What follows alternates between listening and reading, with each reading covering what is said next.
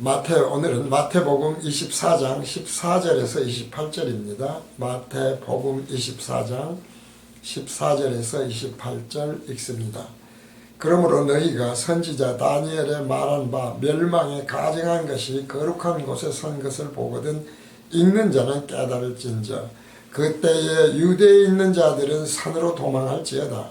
지붕 위에 있는 자는 집 안에 있는 물건을 가질러 내려가지 말며 밭에 있는 자는 겉옷을 가질러 뒤로 돌이키지 말지어다. 그날에는 아이벤 자들과 젖 먹이는 자들에게 화가 있으리로다. 너희의 도망하는 일이 겨울에나 안식일에 되지 않도록 기도하라. 이는 그때 큰 환란이 있겠음이라. 창세로부터 지금까지 이런 환란이 없었고 후에도 없으리라. 그 날들을 감하지 아니할 것이면 모든 육체가 구원을 얻지 못할 것이나 그러나 택하신 자들을 위하여 그 날들을 감하시리라. 그때 사람이 너희에게 말하되 보라 그리스도가 여기 있다 혹 저기 있다 하여도 믿지 말라. 거짓 그리스도들과 거짓 선지자들이 일어나 큰 표적과 기사를 보이어 할 수만 있으면 택하신 자들도 미혹하게 하리라. 보라 내가 너에게 미리 말하였노라. 그러면 사람들이 너에게 말하되 보라 그리스도가 광야에 있다 하여도 나가지 말고 보라 골방에 있다 하여도 믿지 말라. 번개가 동편에서 나서 서편까지 번쩍임같이 인자의 임함도 그러하리라. 죽음이 있는 곳에는 독수리들이 모일지니라. 아멘. 지금 우리가 이제 세상 끝날 마지막 때에 대한 성경의 예언에 대한 말씀을 하죠. 그래서 이 말씀들을 보면서 늘 생각을 하는 것이지만 사실 지금 우리가 예수님 그러니까 엊그제 우리 곁에 지금도 살아 계시는 이제 인간적으로 육적으로 이야기입니다. 그런 분 같이 생각이 돼요. 근데 사실은 지금 예수님의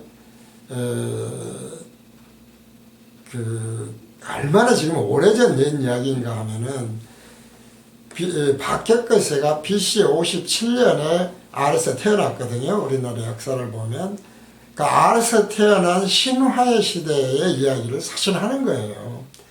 그리고 그것도 늘 말씀을 드리지만 베들레헴이라고 하는 이스라엘 아주 지금 현재도 인구가 참 적지 않습니까? 그런 한 중동의 작은 나라에 그것도 베들레헴이라고 하는 아주 시골에서 변두리에서 목수의 아들로 있었던 그런 예수가 사실 요즘 뭐 젊은 총리들 나옵니다만은 30세 전 3년간에서 30세의 예수 30세 마지막까지 33살이니까요. 33세의 예수 이런 젊은이가 예언을 한 거예요. 이런 예언을. 근데 문제는 그 예언이 오늘날 기가 막히게 맞았다는 것이죠. 땅끝까지 복음이 전파되어야 세상 끝날이 온다고 하셨는데 땅끝까지 복음이 전파됐지 않습니까? 그 외에도 지진 기근 같은 경우 또 지금 오늘 말씀도 보면은 마지막 예수님이 오실 때에 얼마나 급하게 오는 것인가. 그리고 그때의 그 환란이 얼마나 두려운 것인가.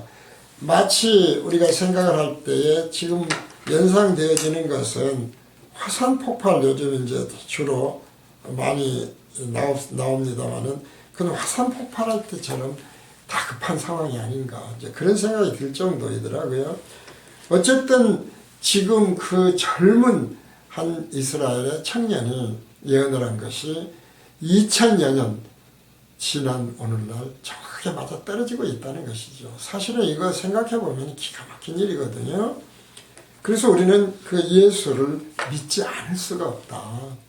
창세기 1장 1절에 우주를 창조했다고 하는 것은 사실은 예수님이 오셔서 이런 메시아로서 우리에게 전해주지 않았다고 그런다면 그런 예언들의 말씀들을 하지 않았다고 그런다면 창세기 1장 1절도 관계도 적겠느냐라고 하는 생각을 하게 돼요. 그러면서 사실 깜짝깜짝 놀라죠. 그리고 매우 정말 긴박감이 흐른다. 라고 하는 것을 볼 수가 있습니다. 그래서 예수님은 그것에 대해서 미리 알려주었단 말이죠. 그렇게 얘기하시죠. 그래서 하나님이 생각하시는 안식이라는 게 있지 않습니까? 우리가 구체적 징조들에 대해서 전 시간 살폈습니다만은 하나님이 생각하시는 안식, 우리가 수라고 하는 것을 말씀을 드렸었어요. 첫날에 하나님이 천지를 창조하셨다라고 하는 것과 둘째 날은 낮과 밤으로 나누었다. 둘이라는 숫자였죠. 셋째 날에는 신비의 수라고 했지 않습니까? 우리가 삼위일체 등등 이야기를 합니다만은 뭐 아버지로서, 아들로서, 또 뭐 메시아로서 등등 성령으로서 정말 세상 사람으로서는 도저히 이해할 수 없는, 과학자들도 도저히 그것을 증명할 수 없는 그런 희한한 수가 3이라는 수라는 것이죠. 근데 지금 3이라는 수는 이런 세상적으로도 흔들리질 않거든요. 4가 되면은 반드시 하나가 더 뜬다고 그래요.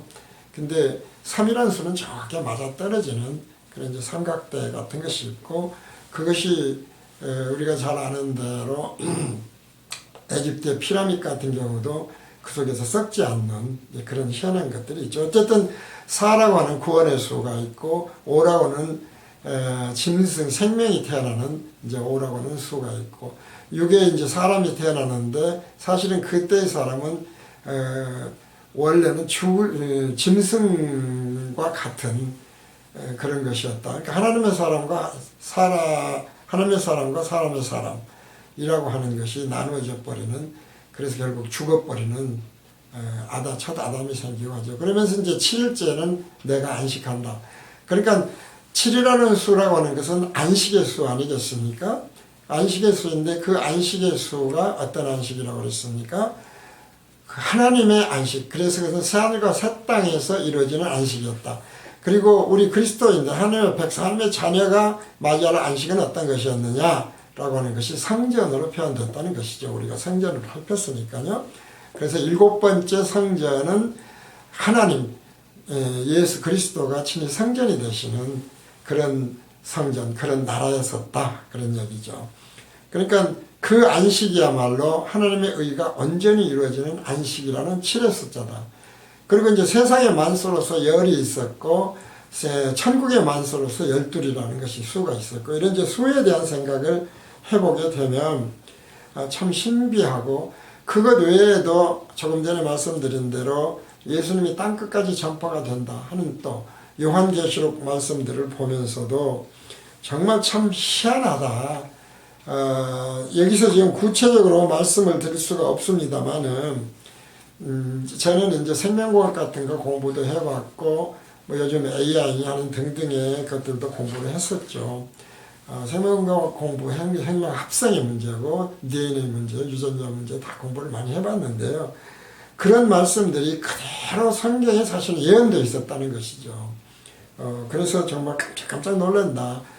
불여 뭐 2000여 년 전에 BC 57년에 마케커스가 태어났는데, 그럴 때에 있었던 기록들이, 그 이전에 물론 성경 기록도 있습니다만은 그런 것이 오늘날에 사실은 얼마나 기가 막히게 과학적으로 또 모든 문제들이 현재 뭐 AI라고 하든가 로봇이라고 하든가 DNA 생명과학 등등으로 이루어져 가고 있는 것인가. 특히 생체인식 같은 건 다 그렇거든요. 생체인식, 카드 666 있었지 않습니까? 생체인식이죠. 뭐 이런 것들 지금 그런 식으로 나가고, 사실 이제 점점 요즘 거의 다 카드로 결제하잖아요. 보면 카드 결제가 대부분인데 돈이 점점 필요 없는 이제 그런 시대가 사실 오고 있고요. 이제 이런 것들 등등 보면서 어떻게 이렇게 기가 막히게 맞아떨어질까라고 하는 걸 깜짝 놀랄 때가 많다는 것이죠. 그런데 이제 문제는 보니까 요한계시록에서 보면 둘째 사망이라는 게 있어요. 둘째 사망이라고 하는 것은 영원한 사망이죠. 지옥불에 떨어지는 그런 사망이라고 하는데, 그 둘째 사망은 누가 하냐면은 무엇이든지 속된 것이나 가증한 일 또는 거짓말하는 자는 결코 그리로 들어오지 못하다는 새하늘과 새 땅 신천신제 천국에 못 들어온다, 그런 얘기 아니었습니까? 그리고 생명책에 기록된 자들만 들어오는데, 중요한 거는 그 수가 극히 적다. 따라서 오늘날 이러한 예수님의 예언의 말씀뿐만 아니라 모든 것들을 우리가 어떻게 듣고 정말 그 준비를 어떻게 하느냐. 우리나라 요즘 그 정치에서도 뭐 기독교에 또 어떤 사람이 나와서 그런 얘기 하고 있습니다만은 뭐 그런 것은 마지막 때를 준비하는 태도라고 우리가 솔직히 말했으니까 전혀 없는 상황이죠. 이제 이런 것들을 보면서 참 예수를 슬프게 하고 예수님을 부끄럽게 한다 라고 하는 생각을 늘 해요.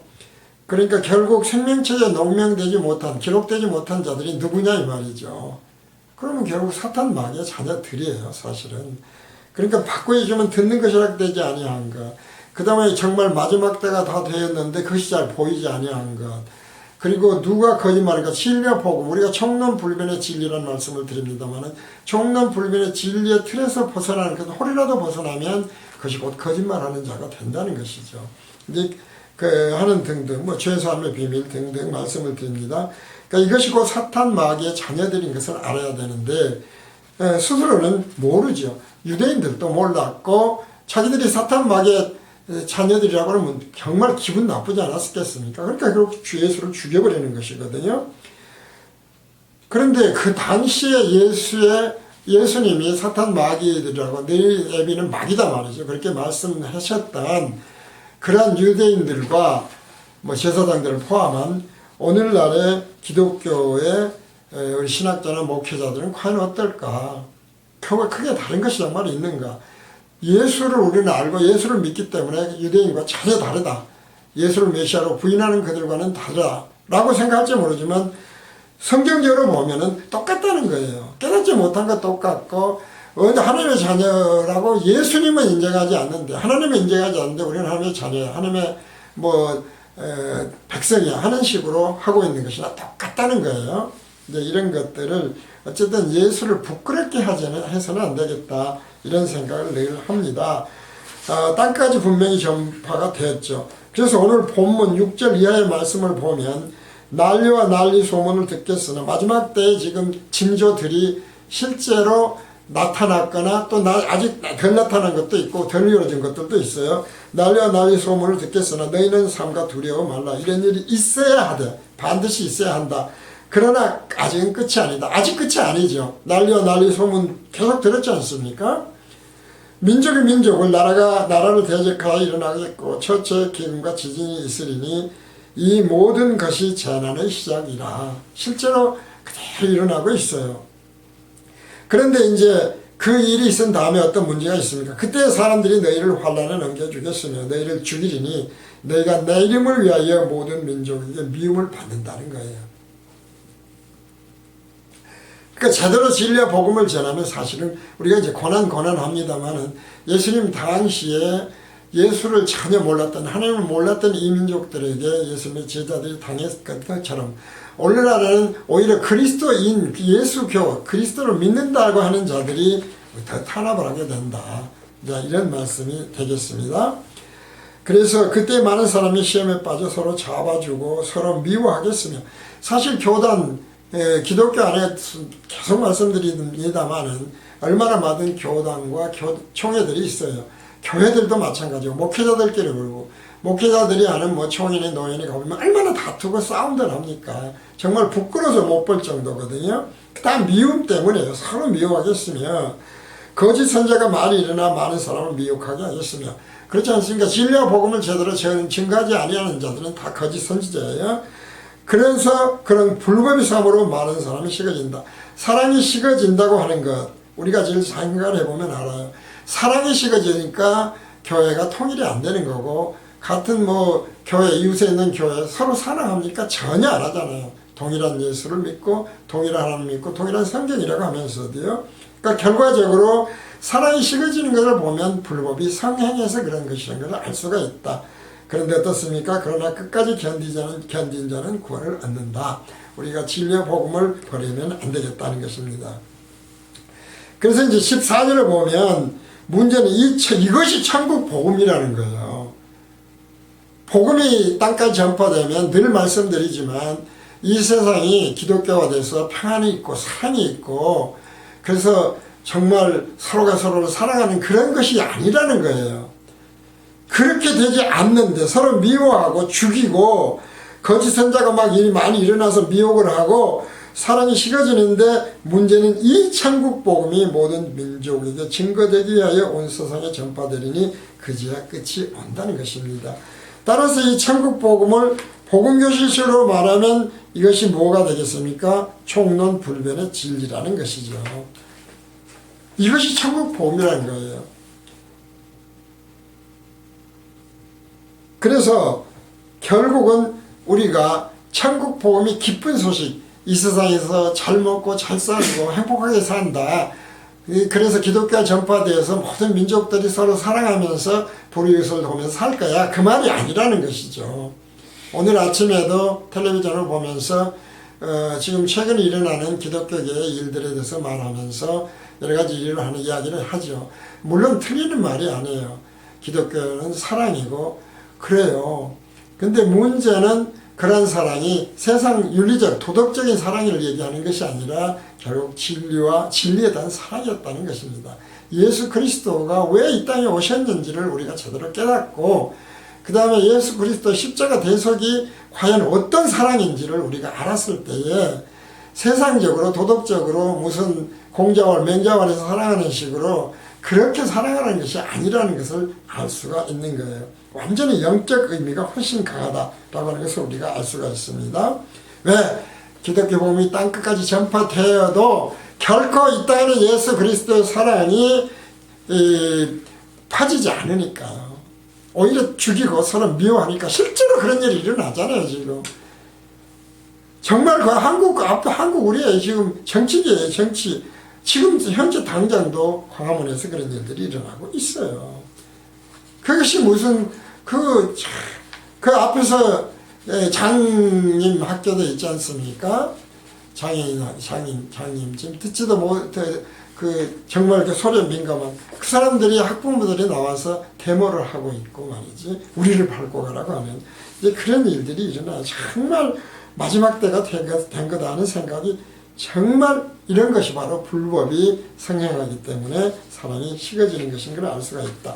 그래서 오늘 본문 말씀 28절에 보면 죽음이 있는 곳에는 독수리들이 모일지니라.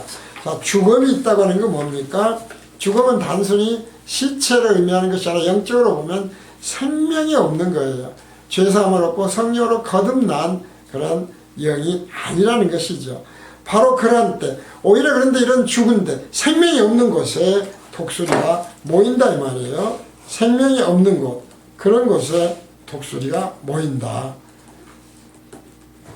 그래서 우리가 그 교단이 커지고, 뭐 우리가 이단이라는 말도 많이 합니다만은, 그런 이단들이 막 세력이 늘어나고 교회가 커지고 하는 것을 꼭 기뻐할 일들은 아니에요. 정말 그 안에 생명이 있으면 기뻐하고 감사할 일이지만 생명이 없다고 한다면은 우리는 오히려 그것이 독수리들이 죽은 시체를 먹기 위해서 모여든 것이다 라고 이야기할 수가 있다. 이런 것들을 잘 우리가 생각을 해봐야 돼요. 그래서 15절 보면은, 그러므로 너희가 선지자 다니엘의 말한 바 멸망에 가증한 것이 거룩한 곳에 선 것을 보거든 읽는 자는 깨달을진저 라고 되어 있지 않습니까? 읽는 자, 독자는 깨달을진저 라는 것이 여기 이제 나오죠. 자, 우리가 선지자의 다니엘의 말한 바 멸망에 가증한 것이 거룩한 곳에 선 것이란 어떤 것일까? 그래서 다니엘서를 찾아봤습니다. 다니엘서 11장 31절 32절입니다. 군대는 그의 편에 서서 성소 곧 견고한 곳을 더럽히며 매일 드리는 제사를 폐하며 멸망케 하는 미운 물건을 세울 것이며, 그가 또 언약을 배반하고 악행하는 자를 괴일로 타락시킬 것이나 오직 자기의 하나님을 아는 백성은 강하여 용맹을 발하리라 라고 하는 이제 말씀과 다니엘서 12장 7절에서 13절 말씀을 보면, 내가 들은즉 그 세마포 옷을 입고 강물 위에 있는 자가 그 좌우 손을 들어 하늘을 향하여 영생하시는 자를 가리켜 맹세하여 가로되, 반드시 한때 두때 반때를 지나서 성도의 권세가 다 깨어지기까지 그렇게 되면 이 모든 일이 다 끝나리라 하더라. 내가 듣고도 깨닫지 못한지라 내가 가로되 내 주여 이 모든 일에 결국이 어떻게 썸나이까. 그가 가로되 다니엘아 갈지어다. 대저 이 말은 마지막 때까지 간수하고 봉함할 것이니라. 그런데 요한계시록은 지금 열려있다는 것이죠. 많은 사람이 연단을 받아 스스로 정결케 하며 희게 할 것이나 악한 사람은 악을 행하리니 악한 자는 아무도 깨닫지 못하되 오직 지혜 있는 자는 깨달으리라. 매일 드리는 제사를 폐하며 멸망케 할 미운 물건을 세울 때부터 1290일을 지낼 것이요 기다려서 1335일까지 이르는 그 사람은 복이 있으리라. 너는 가서 마지막을 기다리라. 이는 네가 평안히 쉬다가 끝나려는 네 업을 누를 것입니다. 이런 말씀하고 지금 앞에 말씀이 연결이 되어 있는 말씀들이죠. 그래서 이에 대한 좀 더 상세한 강의는 다시 이어가고 오늘 마태복음 강의 189회 마지막 때 나타날 구체적 징조들 첫째 강의는 여기서 마칩니다.